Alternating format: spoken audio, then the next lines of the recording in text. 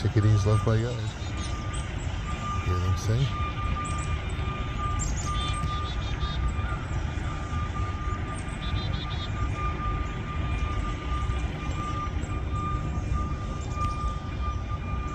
Over the truck.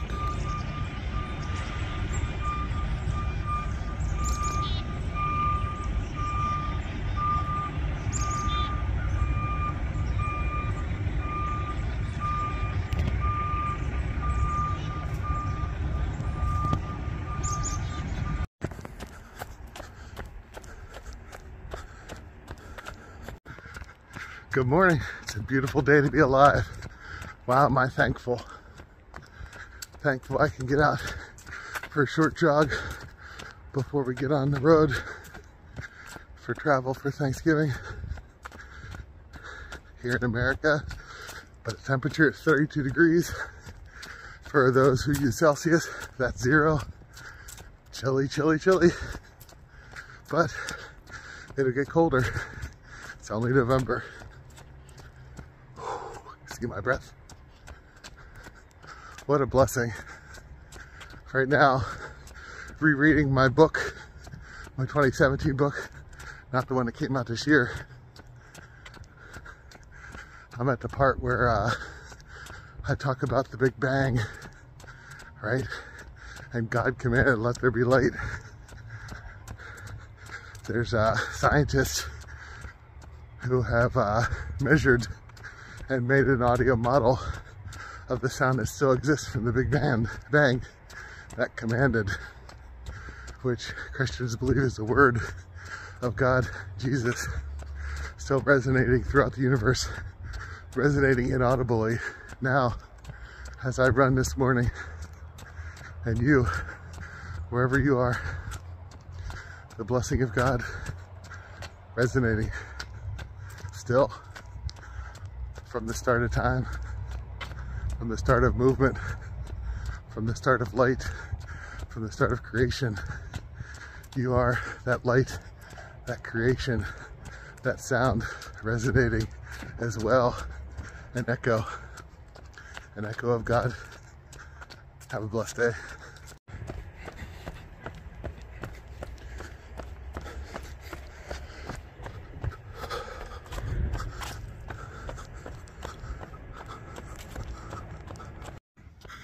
So, at the junction of the two great philosophical ideas about our existence, right? Materialism and idealism stands Christianity. And that's where I end up.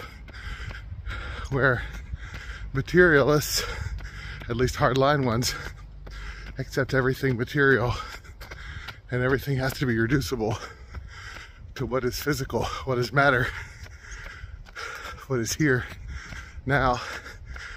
I have definitely leaned on that side of that philosophy for my work before.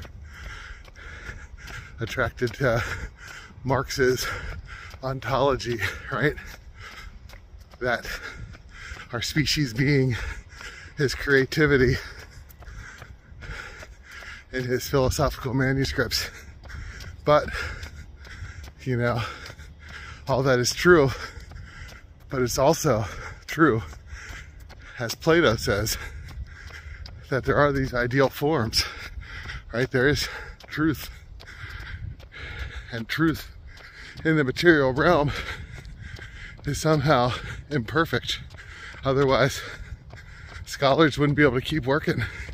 Right? All those folk with jobs at universities wouldn't have a job if truth could just be outlined perfectly in the material. And goodness and beauty.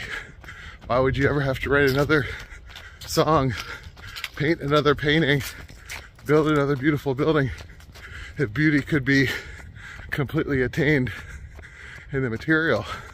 But when I lean towards Platonism, I find no way of intercession. I see no way for beauty to shine through into the material, right? It can't be there. It can only exist in the world of ideas.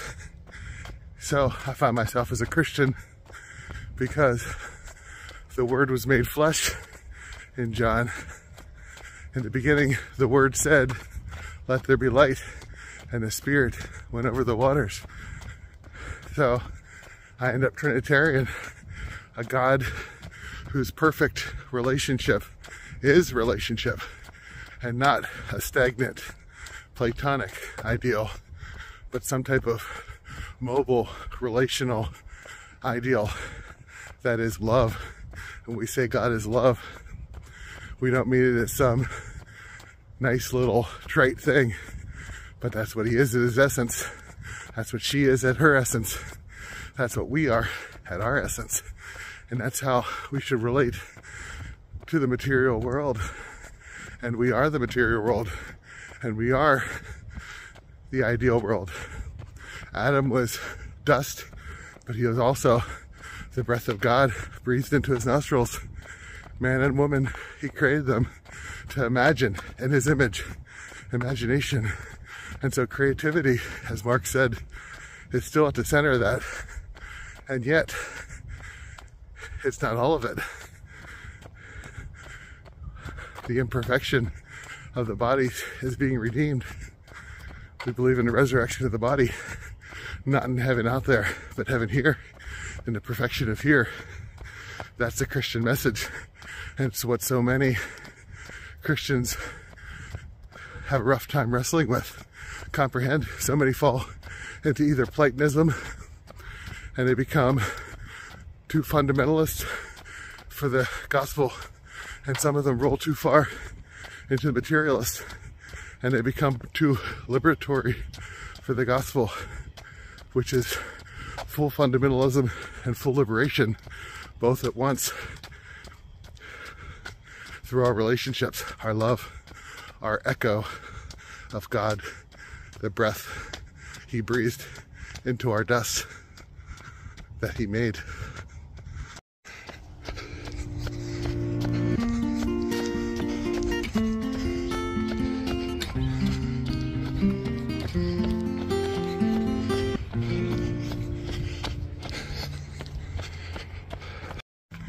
Can you run 5K?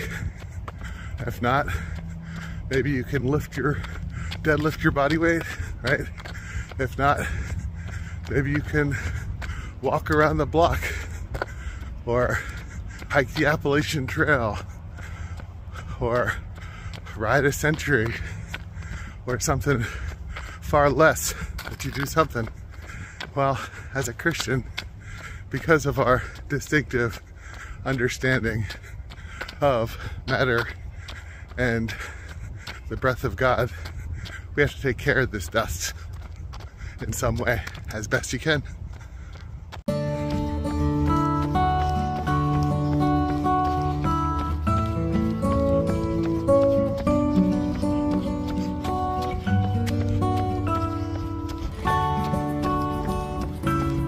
It's not just our ideas that matter, but our bodies too, and how we live in this physical, material world. Enough to God to send his only son